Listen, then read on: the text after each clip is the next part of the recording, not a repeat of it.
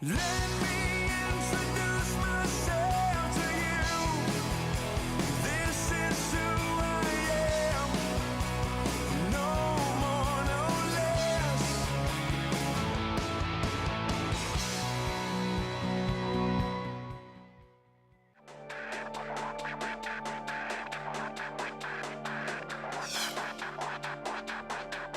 God bless us, everyone. We were broken people living under loaded gun.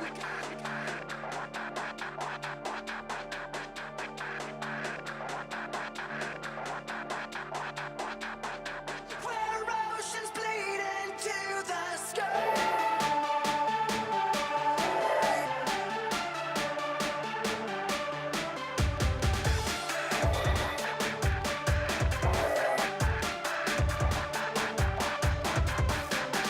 God save us, everyone. Will we burn inside the fires of a thousand suns? Our role is to go out and make a difference, and to be a difference, and to serve in our communities rather than saying, what can the community do for us? Or how can the community come in and make our churches bigger?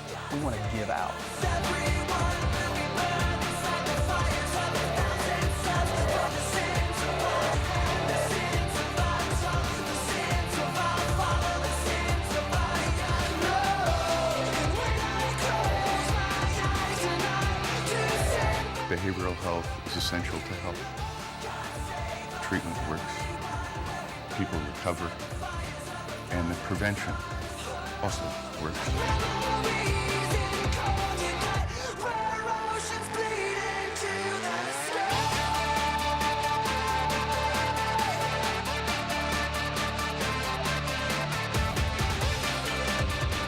Hi, and welcome to Seeing the Need, Finding the Solution. I'm Phil McIlveen, your host. It is Mental Health 2013. I have some very special guests. I've been on the show the last couple of weeks. You've seen Crisis Response Network. We've talked about the element of crisis and how evident it is that 365,000 people call a year that need help, and that is just on a crisis on a call line. But what we didn't talk about between the number of different agencies and networks that have been on the show so far is the people behind the scenes lobbying and fighting and doing all that stuff on the legislative and on the governmental side, fighting for what is right and fighting for the rights and for the bills, as you would say, to get pushed through to help with funding to support. One of the three-prong approaches for mental health first aid, which is what this campaign is about, is to identify the individuals that might need help and educate them, connect them with resources, but also support. And with that, we have Representative Ethan Orr. Thank you. As well, and we have also Representative Victoria Steele. Nice Welcome. to see you, Phil. Both of these legislative representatives are from District 9. Yes. And I'm going to let them kind of introduce the story behind or even why they're here. They come from Tucson.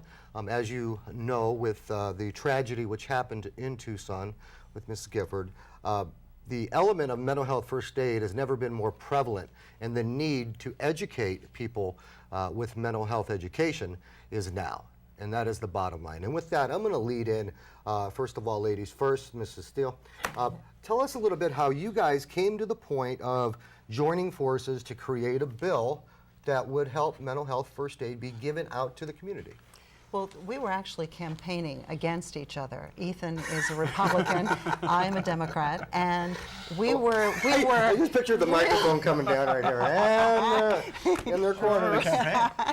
and we ended up being the speakers at an event, and then afterwards, we went out into the parking lot, and we were standing there talking, and we realized that we both have so much in common when it comes to our dedication to helping people access mental health care, that they deserve that help and helping them get that. And what happened was we realized that we were very close to where the shooting happened in Tucson on January 8th in 2011. And we agreed right then and there that if we got elected, that we would work together to do something significant, something worthwhile to help further mental health. And we got elected, and so here we are. And ironically, tragically, before the session started, we had the Sandy Hook Elementary School shooting. And at that point, it was like, all right, we have to do something. We truly have to do something. We know that we're not going to prevent all violence, but we know that we can prevent some of this. And mental health first aid works. And this will get us part way there. And it's too important to ignore. It's too important. So we've come up with what we think is a viable option. What we know is a viable option. Ethan, one of the some of the research that I did was the following, which is one of the reasons I really jumped on this cause as a company, to help facilitate even the funding of it to begin with, not only just the campaign and the collaboration, but you know, there's a stigma associated with those tragedies as well, which is 2% of people who suffer from mental illness, almost less than 2%, actually are involved in elements of violence. A person with addiction actually has a 10% more chance of committing a violent act than somebody with mental illness, and somebody with mental illness is usually the victim. You guys took on a big role as brand new freshmen, as they say. Your thoughts and your heart on this after you guys came together on this? First of all, about the stigma, just because someone needs help doesn't mean they should be stigmatized in any way, shape, or form. Everyone needs help, and there's no shame in that. And I think that's the message we need to convey. And I think one of the things with mental health first aid is one of helping people, one of identifying people in needs, and then the other thing, systemically, we want to go beyond this bill and look at ways, okay, now that we've identified people that need help, how do we get them the access to the services they need? Because our systems are so, I've been an executive director of an agency that helps people with mental illness for over 9 years now, and so I can tell you the systems are oftentimes inaccessible and ununderstandable, and sometimes can exacerbate the issues that you're facing. So we need to make sure not only do we identify people, but they get the help and the services they need, because the ultimate goal, and this is what really drives me, everyone has a chance or should have a chance to contribute to our society. Everyone has a role and a part to play, and getting people the help and the resources they need gets them back on their feet so they can be part of our society once again. So you have 2 freshman legislators from Tucson, and what you may or may not know is they come up here for legislative sessions, which is held at the Capitol. They write a bill for, I think it was for $500,000 to help support, identify, connect people with mental health resources, which you would think that somebody from Tucson, if most of you are looking at the screen, will be, well, that's Tucson. What that bill would have done is the fact it would actually serve all of Arizona, whoever it was then deemed appropriated out to whatever agency to be able to teach mental health first aid. Right. What happened? Well, I think the Just throw it right in there. Thank you. You like that. Well, let me go back a little quick. This is what I know about it, and I don't know too much, but they write a bill. They involve a lot of collaboration. They work a lot of hours. Bipartisan. First, that's got to be, and they did it on a bipartisan approach, correct? Yes. Which is really cool and doesn't happen a lot. I know that for a fact. It gets voted on, correct? Then it goes through appropriations. went through the House, Went and through the House. appropriations got out 54-4.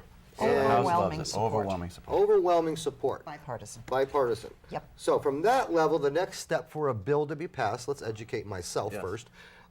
So it passes, then where does it go? Senate, To the Senate. and it was assigned to the Health Committee. Okay, now it gets assigned to a health committee. Is that, now I'm guessing the health committee has to, at that level, has, when you're climbing up those ladders in the government, has to do with senators and different aspects like that. And the problem with it, basically we were past the deadline. I won't go through all the nuances, but one senator in particular had agreed to hear the bill, and then right as I got to the dais to speak, withdrew her consent, and it was pulled right then and there, and by the rules we couldn't hear the bill. My concern isn't, you can disagree with the bill. This is our proposed solution to community violence. I know there are others out there. My concern is the bill should be heard. All we wanted was to have a discussion of, is this a good policy or is this a bad policy? Because if we're making bad policy, I want someone to tell me. But you should have the discussion. So the discussion never even occurred on the Senate side. So real quick, after that health committee, is that what it's called? Yeah. If it would have been heard there, then what would have been the process from that? Then it would have gone on to the Appropriations Committee because there is a dollar amount attached to it. Would that have been the end, and would have Would have been gone to the Senate and then the governor's office. Senate and then the Right. governor's office after Right. that? And I believe the governor is supportive of this issue. Again, it's an important discussion that we need to have. Yeah. It's a discussion of How do we create solutions to community violence? How do we get people the help they need? And all we're saying is, let's have that discussion. So let me put it in perspective here from the statistics I have. First of all, it costs over $80,000 to treat an individual who's incarcerated with mental illness. Costs about $8,000 to treat them out of the bounds of the correctional system. If Yes. that. If that, depending on what their services are. Mental health first aid, I'm looking at CPR, and I've said this before, and first aid, and those classes are getting taught all over the country by whether it's American Red Cross or American Safety Health Institute or American Heart Institute.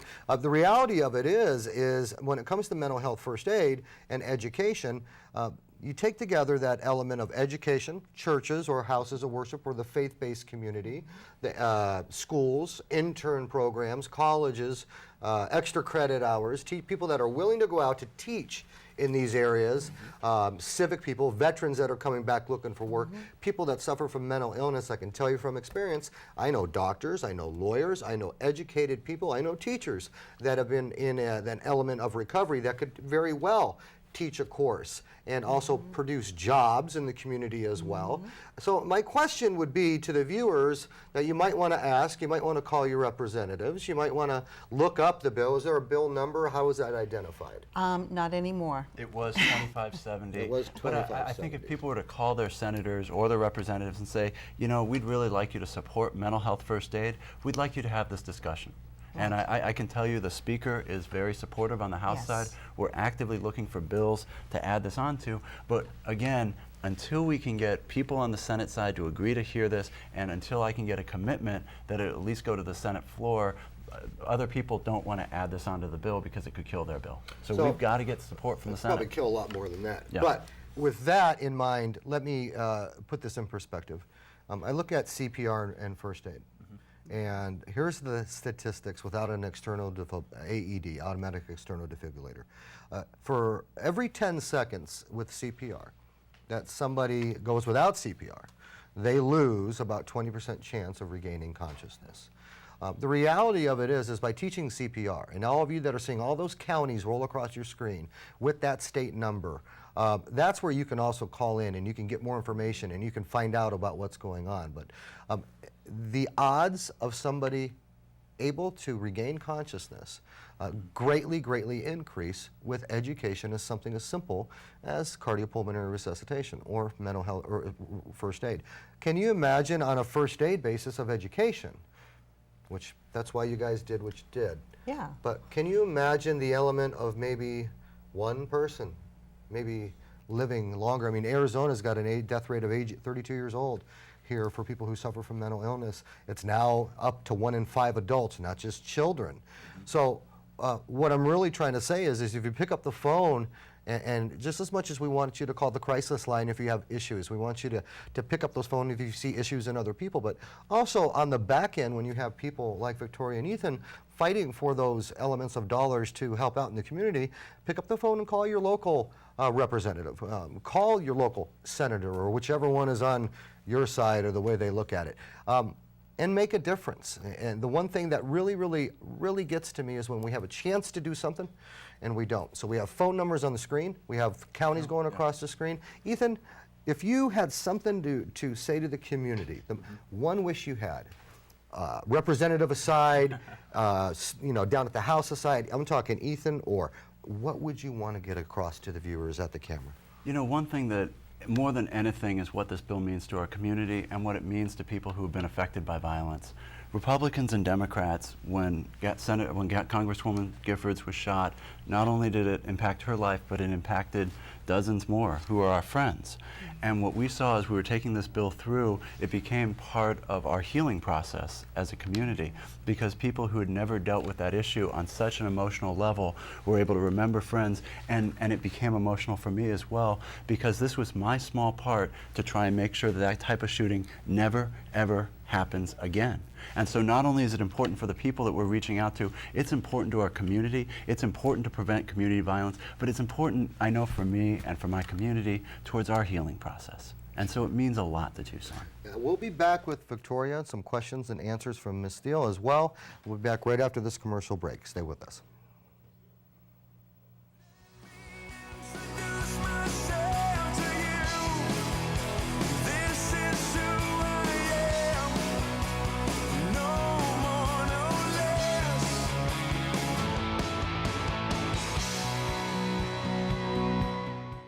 There's no stigma or discrimination against the heart, the liver, the kidney, even the gallbladder.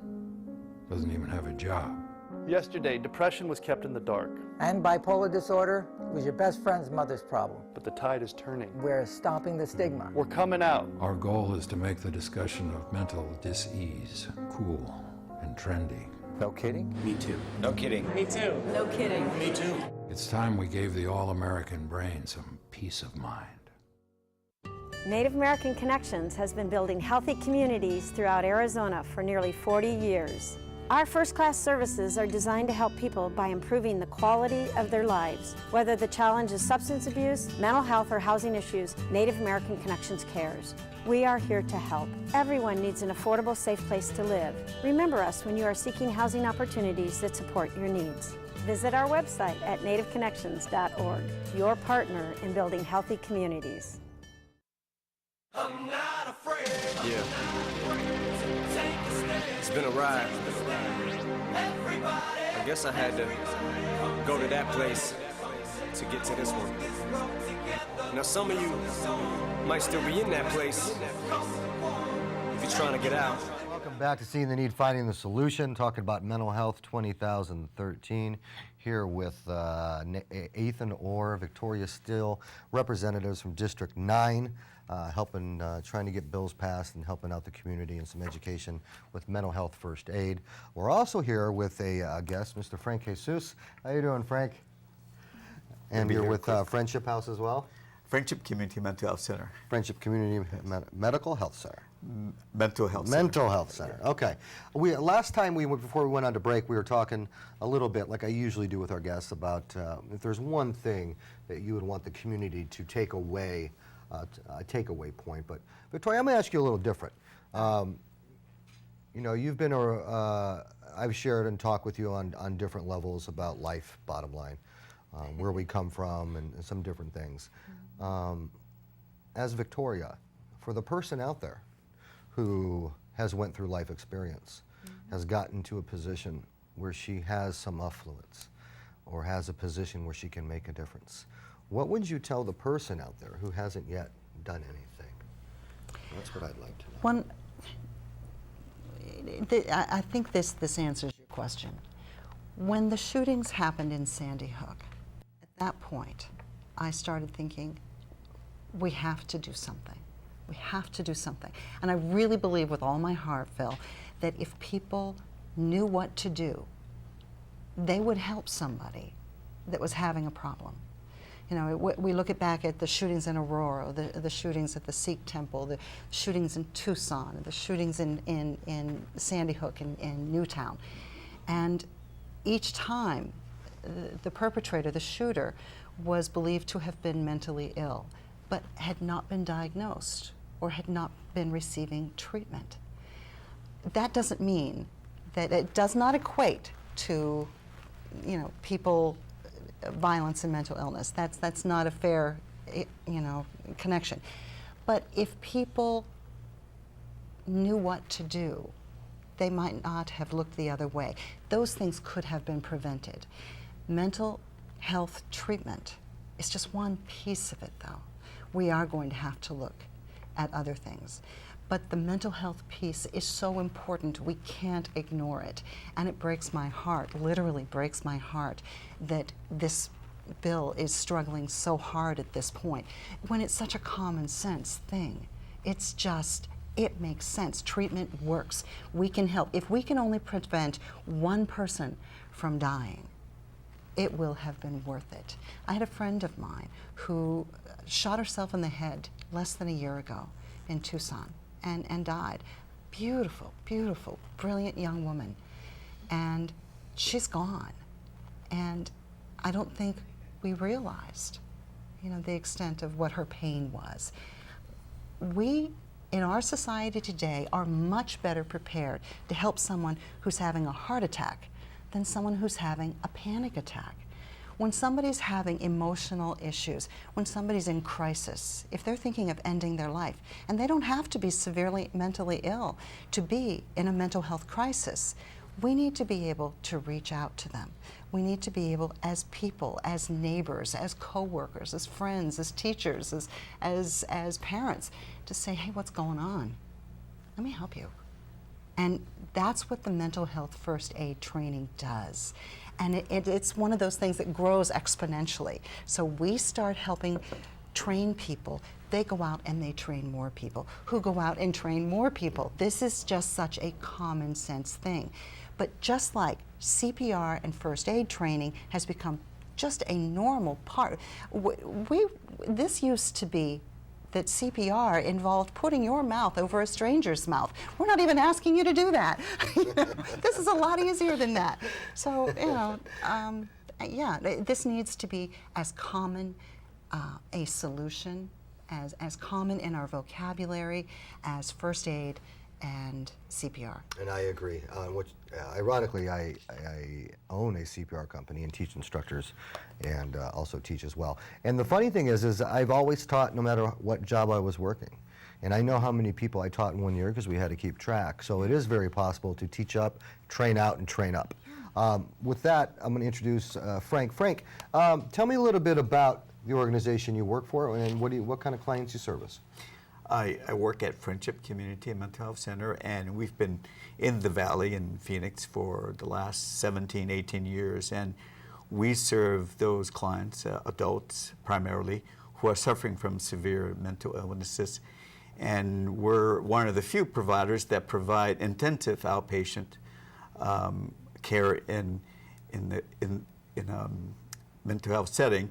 And we treat the worst of the worst. And we hope that we can see those clients that people have identified that become so troublesome in their lives that they commit heinous crimes. And I'm proud to say that we've served so many clients that we haven't had any clients who've either hurt themselves or others. And we certainly believe in the power of mental health treatment. Treatment works. Right, and it certainly doesn't take a rocket scientist or a degree or to know when a person is in trouble. I think we all have inherent in us the ability to know when someone's depressed, sad, and certainly many times we just are afraid to make that initial call or talk to someone, say, hey, I think this person is suffering. Should we do something? Oh, maybe that person's just having a bad day. And, we work with vets also, and vets come home and suffering from PTSD, and they blow it off as being macho or whatever. And many times they, families and friends just think they'll get over it, but we've seen too many of our vets. The majority of vets die from suicide. 25%. Than from combat. So certainly we feel that we serve a strong purpose in our community, helping clients recover from mental illness, but we certainly could do more. We certainly want to help with the mental first aid bill and promote teaching the entire community how to notice when someone's getting to the point of self-destruction or destruction of others. Let me put this in a little bit of perspective for the viewers. You take the element of 365,000 calls to the Crisis Recovery Network, and that's just their network. There are other crisis lines that are here in Arizona as well, but we'll just stick with the 365,000. And you take that number compared to the violent crimes that we hear about. Maybe it's 1, maybe it's 2, maybe it's 3, but think about that. 365,000 people are calling because they feel the need that something is wrong with them. Not only does recovery work, but so does prevention work. And the reality of it is, if we're a mother, and Victoria said it, whether you're brother, sister, father, neighbor, daughter, we all can probably find somebody that is suffering from depression or something from mental illness or some form of mental illness. And the reality of it is, as prevalent as Ethan and as prevalent as Frank and Victoria had said, it needs to be as available as CPR. So it's not about for me personally, and when I'm off into the sky blue yonder, of how many TV shows have done or how many topics or causes that have been served. It's going to be what I was given and what was done with it. So I'd have to ask the people out there that are behind the signatures of being able to approve a prevention-based, best practices-based program that would prevent and educate our youth as young as 12 years old from mental illness challenges, and all the way up into senior citizens. Senior citizens is a whole nother aspect in reference to mental illness that a lot of people don't understand that they run through. But what about those people that have the ability for a prevention program where they can sign that off when people are fighting for it? It's not for them. It's for the whole state. It's for the people that are on sponsoring this program. It's for the counties you see that are on the screen. And those aren't just counties. Those are for counties that represent people in this state of Arizona. And more so than that, they represent people. They are people, period. It's your brother, your mother, your sister, your child. We only have 2 minutes to go real quick. Takeaway, just real quick. I'll ask it in a couple different ways. Frank, to the veteran out there that's still suffering, what would you say to them?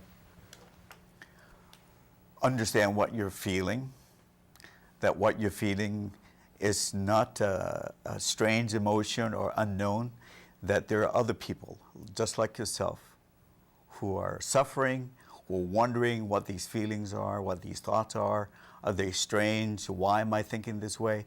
Those things are very common. And it only needs the only thing you need to do, tell a friend, tell a family member, or pick up a phone.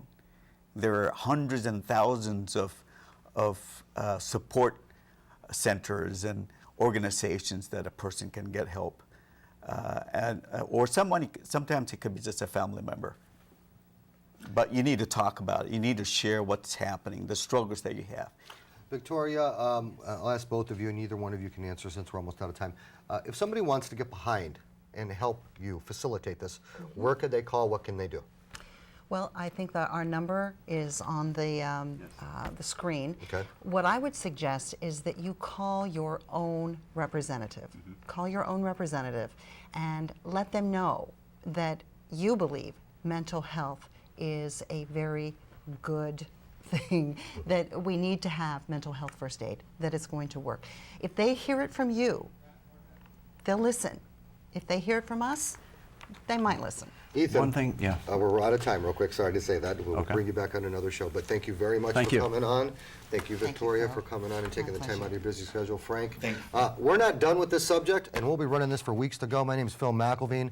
You all have a great Sunday. Thanks for tuning in. I know you're there, and I can feel you. I will not fear, I will trust in you.